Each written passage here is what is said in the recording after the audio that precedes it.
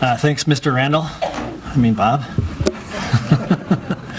All right, last but not least, so thank you very much to Kirby and to all for having me back for I don't know how many years, but glutton for punishment that I am. I really enjoy coming out and speaking with this group and trying to tell it like it is on a number of fronts from the Department of Public Health and Environment. So I'm going to speak relatively quickly because it's more interesting to hear what kind of questions or concerns or challenges you might have for Bob and myself. I have one of my expert technical advisors from the department I see sitting here with his head down, hoping that I didn't notice him, but Chris Colclaser's here, so when I get something wrong on the air side, or he'll just start waving his hands at me saying, "Shut up, Larry," and just move on. So we can do that too. But I am going to talk about air quickly. I'll talk about health. We'll talk about water very quickly, and then wrap it all up with waste. All good things end with waste.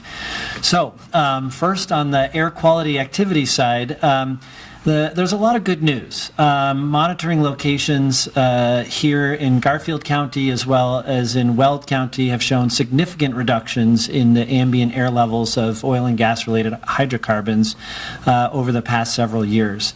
There's been a 50 to 65% reduction in the non-methane organic compounds, or what we call NMOC, for the 8-year period from 2008 to 2016 at various Garfield County monitoring locations, and about a 25% reduction in Weld County from 2012 to 2016, and that's in the face of about a 250% increase in oil production over that period.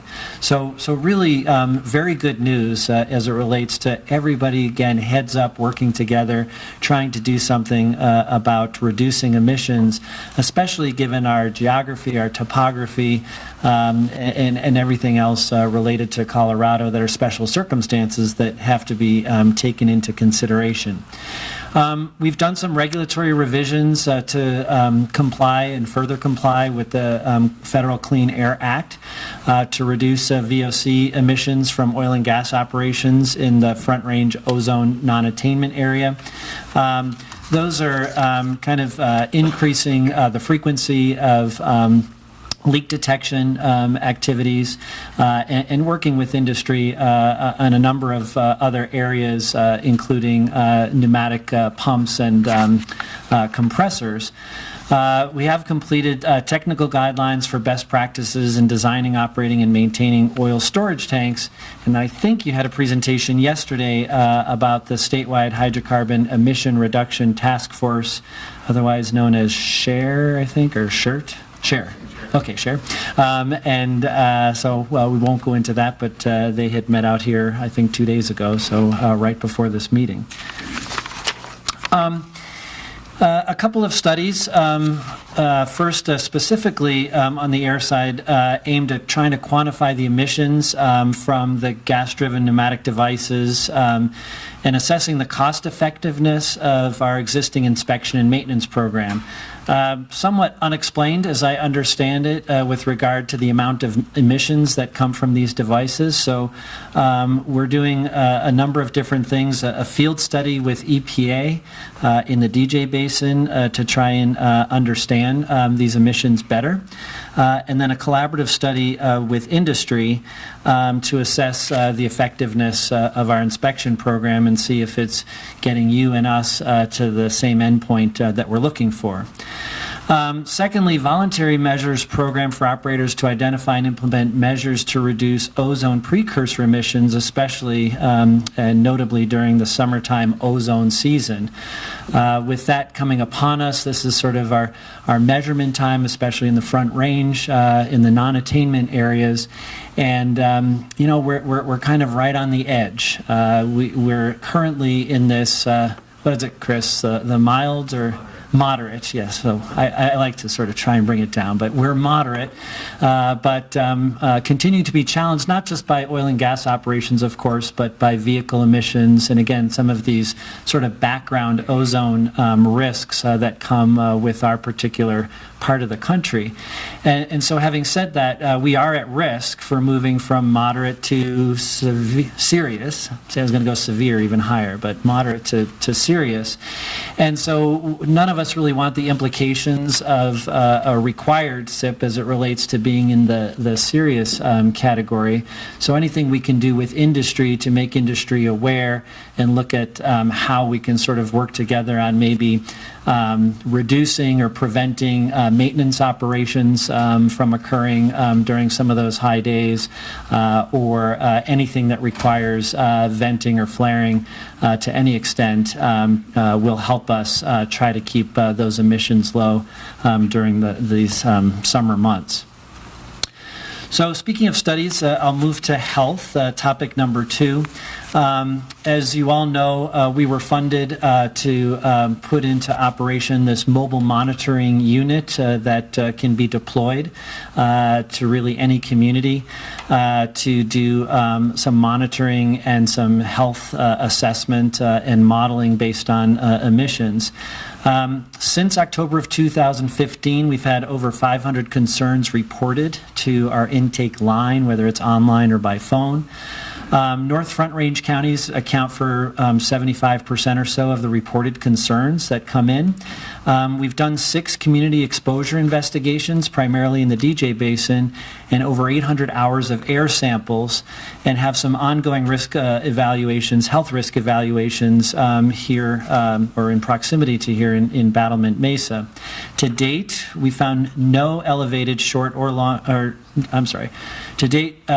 no elevated levels to make us concerned about short or long-term health risks from those substances that are measured.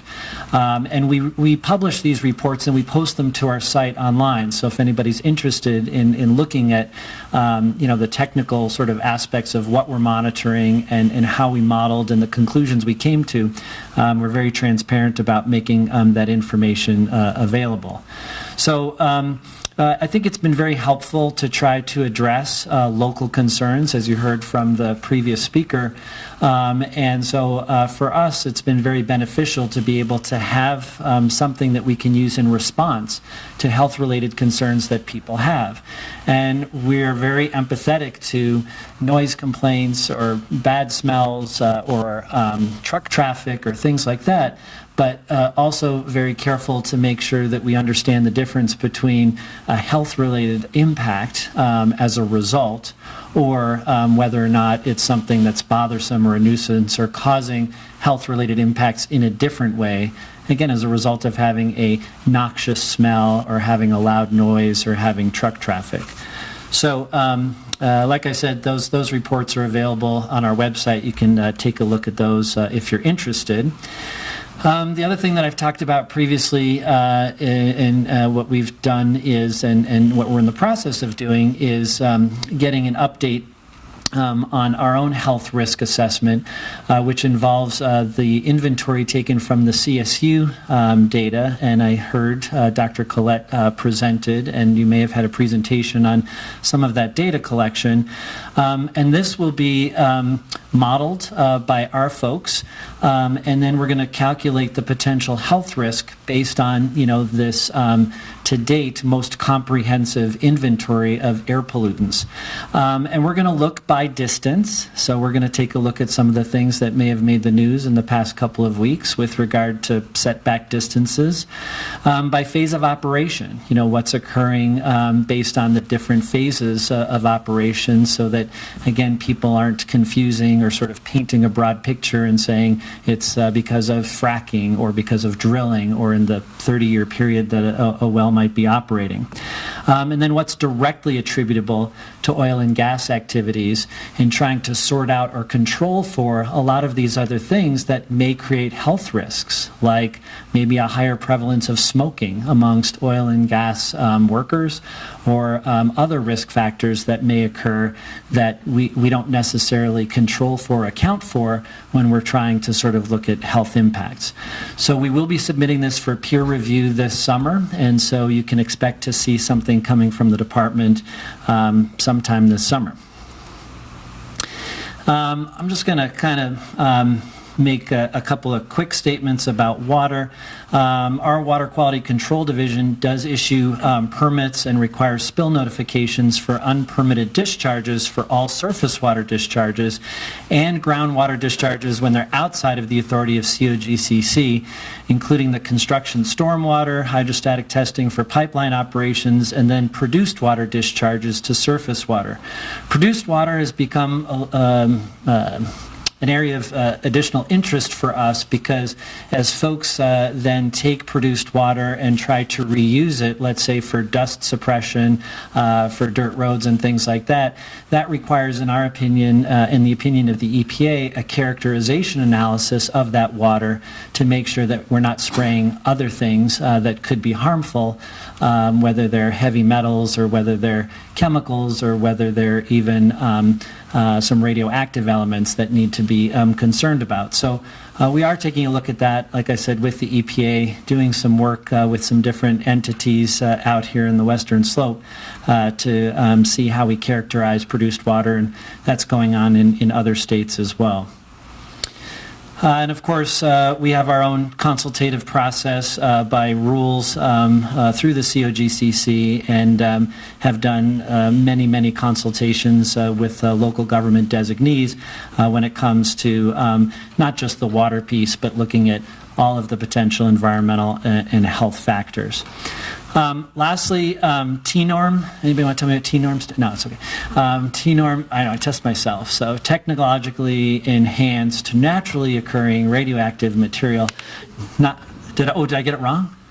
Oh, I thought somebody was correcting me. So you could correct me, it's fine.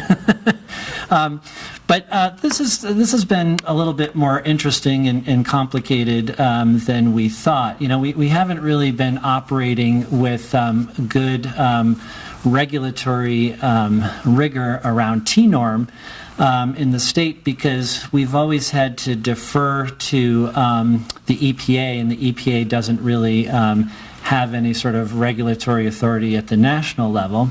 Not to mention that we haven't had really any kind of facilities here to deal with T-norm per se up until recently.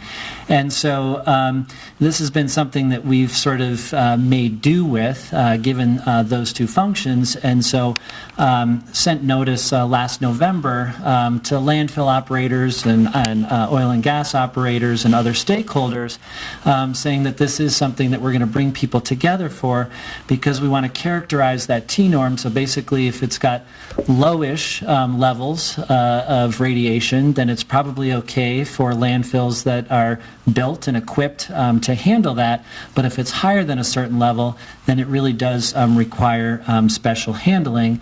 And so, of course, then this waste would need to be characterized. So, and what we're most concerned about are the wastes that have the highest concentration or highest concentration potential for T-norm, such as tank bottoms, filter socks, I don't even know what those are, and sludge, but somebody can tell me at the break. And so we started our own bill to try and sort of take out this precursor language, which I thought I had, but I guess I didn't. Basically sort of removing this requirement that we have to wait for the EPA because we'll be waiting forever because, again, the EPA doesn't really have a role in this, so that then the state through CDPHE can work with stakeholders and develop the appropriate regulation. So it got kind of sidetracked in the form of a different bill, and so now we have kind of two bills, our bill and another bill, kind of trying to work their way through the legislature. But I think we'll get to a point where something will come out of this legislative session where ultimately we will be regulating T-norm and allowing for landfills and operators to continue pretty much current day practice unless we characterize these wastes to a high enough level that then it requires special handling. So with that, Mr. Randall and I would be happy to take any questions, and thanks again for having me.